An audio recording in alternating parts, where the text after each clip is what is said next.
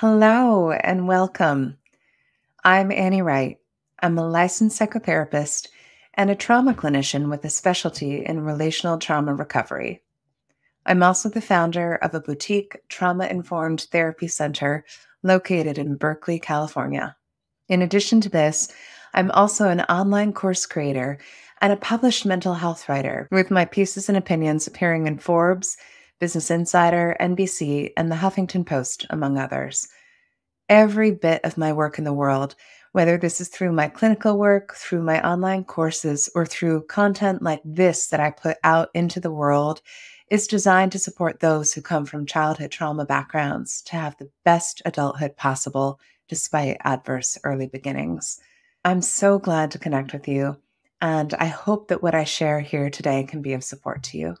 And very importantly, please remember, no matter where you're starting from, change is possible. With that in mind, let's begin this journey together by exploring today's topic: the power of being the black sheep in your family. One of the hardest realizations that many of us can face on our healing journeys is the thought, and all the feelings that come with it, when we come to realize that we're the black sheep of our family of origin, or of our peers, our childhood religious institution, or our early community. Maybe there's always been that niggling sense of feeling like the odd one out, like the proverbial ugly stepsister, or a sense of feeling a bit orphaned, feeling like the lone wolf, or a sense of being the scapegoat. Maybe it's because you felt, understood, and responded to things differently than other members of your family, peer group, or community. Maybe it's because you looked or sounded different. Maybe your life choices went against the grain of what was quote unquote normal where you grew up, whether that's because you spoke up when others didn't, you moved away from your hometown, or you chose to work, love, and politic differently. So maybe your sense of feeling like the black sheep of your family or early communities was subtle and implicit, nothing directly said out loud, but rather always a slight sense at the back of your mind and heart. Or maybe your feeling of being the black sheep was more explicit, and you were physically and relationally rejected by your family of origin, your church, or your early communities for who you are and how you move through the world. Maybe you were disowned, emotionally cut off, kicked out of your house, or treated visibly differently. Maybe it's never been a question for you that you were the proverbial black sheep. However, and for whatever reasons this may have manifested for you, I think that so many of us can identify with the black sheep archetype.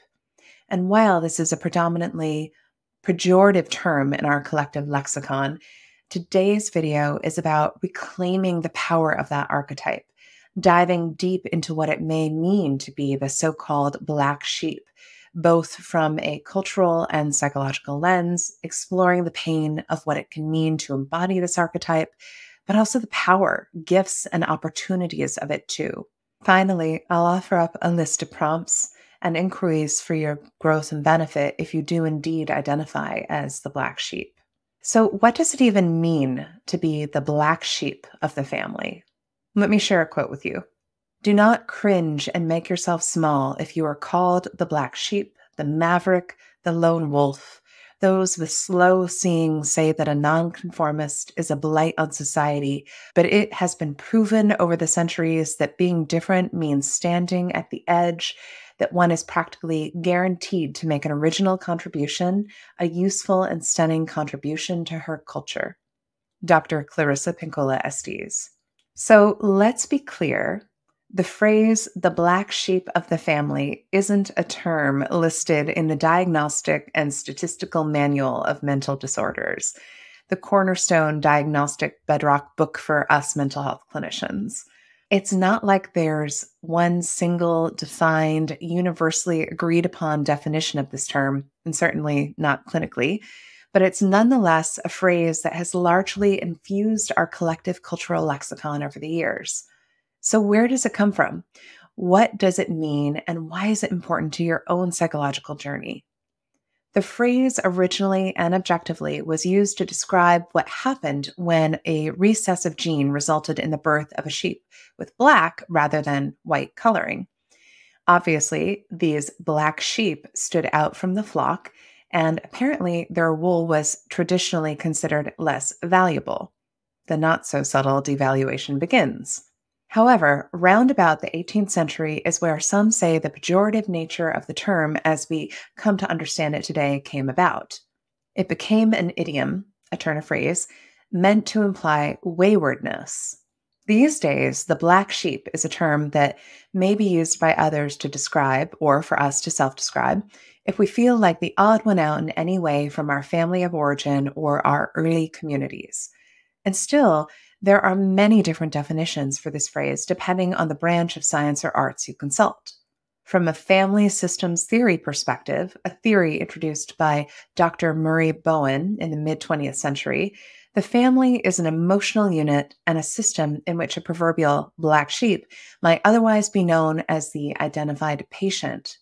The identified patient is part of a family's collective, unconscious psychological projection process, where they essentially defer and outsource the pain, tension, and anxiety felt within the dysfunctional family system onto one person who then psychologically and sometimes physically holds the emotional energy of the family, manifesting it in symptoms and behaviors that the other members of the group can point to and say, "There's the problem. It's her, not us."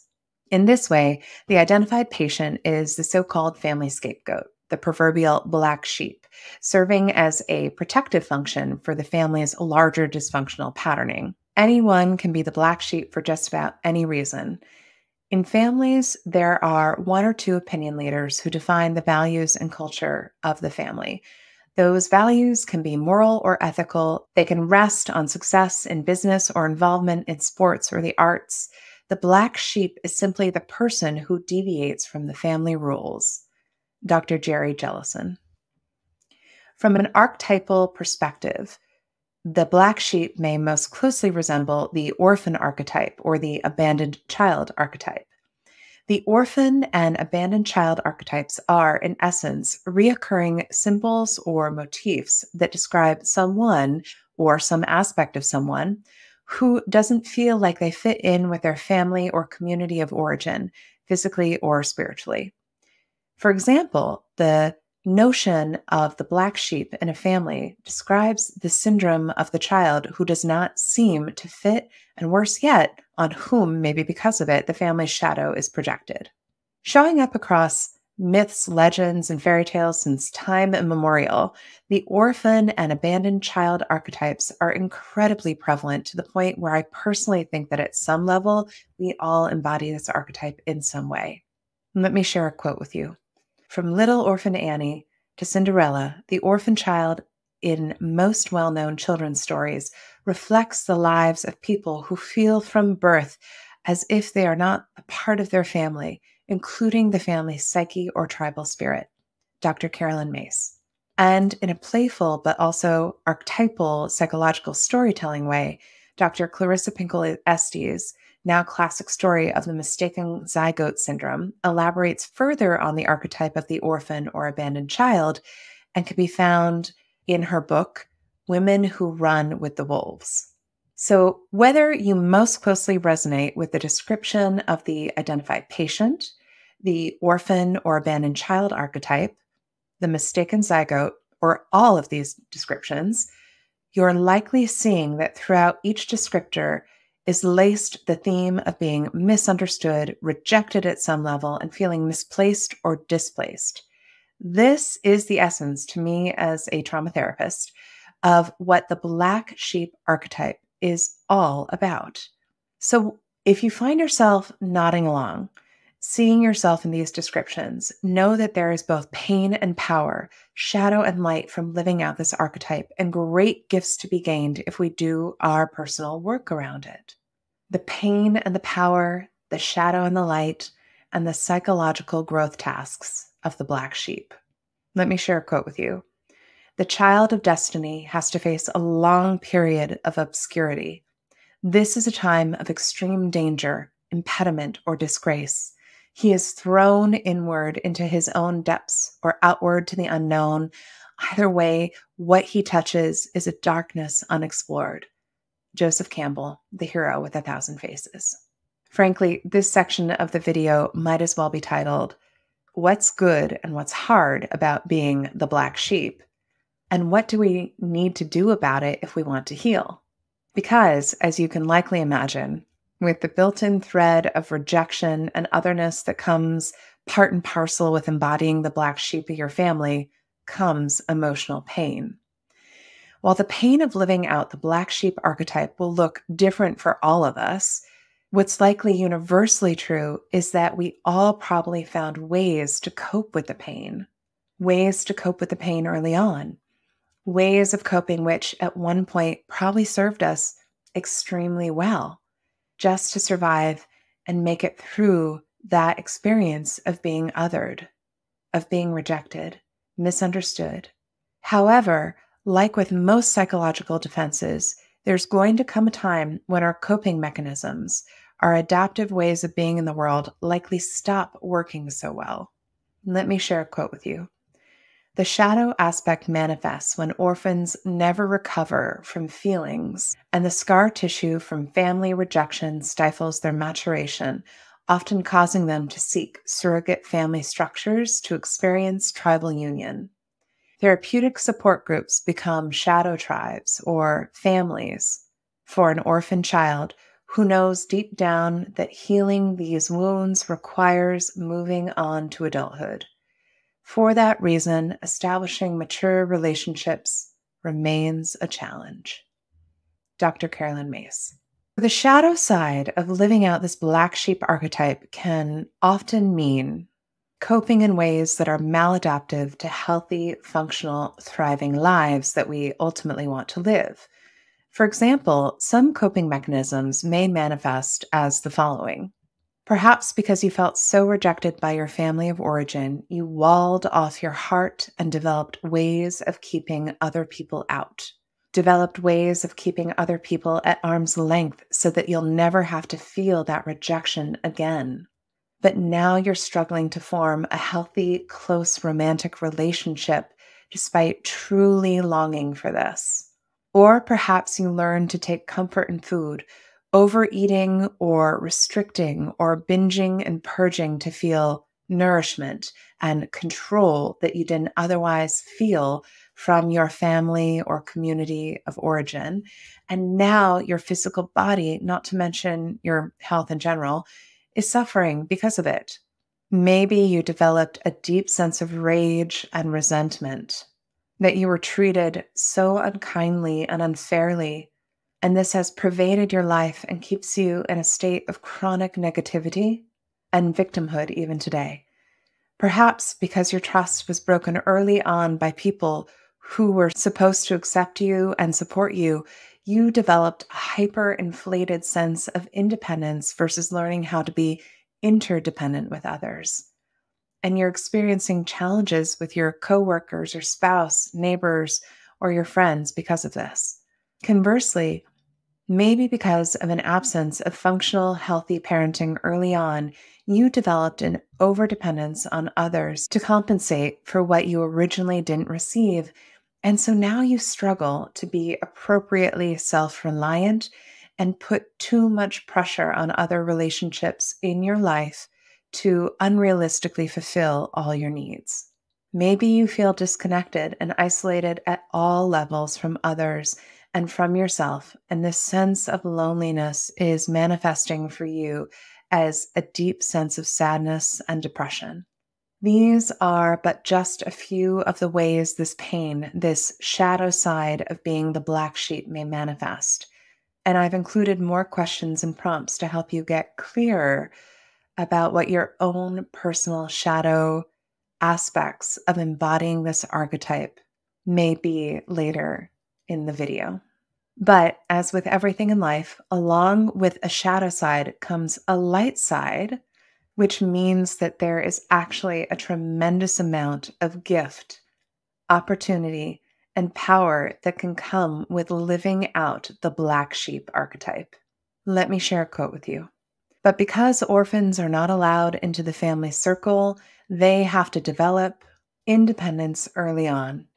The absence of family influences, attitudes, and traditions inspires or compels the orphan child to construct an inner reality based on personal judgment and experience.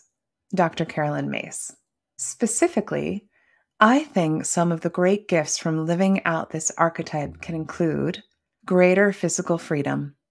When you feel or are rejected by your family or community of origin, there may be more freedom for you to strike out, explore this big wide world, and find your truer home, the place you want to intentionally set down roots. And without feeling obligated to stay within the immediate radius of your family or community of origin, you'll have more freedom and choice to do this. Another positive, increased lifestyle choice. When you aren't beholden to your family or churches or community's expectations of you, you have a greater opportunity to craft the life you truly want, not just the one you're supposed to have. You can more fully choose how you want to work, love, politic, dress, worship, and nourish and build community. Another positive, the potential for a greater and stronger sense of self. When you're subtly or overtly rejected, you may be forced to develop more independence than your siblings or peers earlier on. This can dovetail too with an increased capacity for a stronger sense of self if you've had to defend and assert yourself for a place in your family or community. Those who embody the black sheep of the family may often have more psychological scars than other more accepted family members, but they may also have a greater sense of self than others in the family too. Another light aspect, a greater sense of empathy and compassion for those who likewise, and in their own way, identify as other. Pain can create empathy, and empathy can create connection. I think that one of the great gifts of being the black sheep is the opportunity for increased empathy and compassion for so many others who society often deems as other. Another positive aspect, a unique opportunity to find our quote-unquote wolf pack. When we're rejected or misunderstood by those we come from, we have the opportunity to own and use our voice and our deep sense of self-awareness to seek out those we more closely identify with and resonate with. These folks become our so-called wolf pack, our family of choice, our urban family, our soul tribe, a group that can love and cherish us in a way that our family or community of origin may simply not have had the capacity to do. And these are but only a handful of examples of what we stand to gain if we're willing to do the psychological work required for any of us who identify as the black sheep. Let me share a quote with you. One solution I think works well and mercifully as well. Find those you truly belong to. Blood is not thicker than resonance. One can lend respect and regard to blood and yet also give love where it is returned. Thriving requires it. As I quoted Charles Simic, the poet, later in this piece, he who cannot howl will not find his pack. Dr. Clarissa Pinkola Estes. However, in order to fully mine the gold from the mud, to claim the gifts in the pain that can come from living out this archetype, there is, of course, psychological work that may be required for us. Specifically, I think the primary psychological tasks anyone who identifies as the black sheep might include cultivating self-awareness, accepting your differences, and getting to know yourself apart from others' expectations, grieving, mourning your losses, perhaps of your family or place of origin, and certainly of the experience of acceptance you likely didn't have. And please note, this grieving work takes time and it's critical. Individuating, facing your fears of isolation and loneliness by moving away from your family, physically or psychologically, and finding your proverbial wolf pack instead. Healthy relating, learning or relearning how to have close, connected, healthy relationships, and embracing interdependence versus independence or isolation.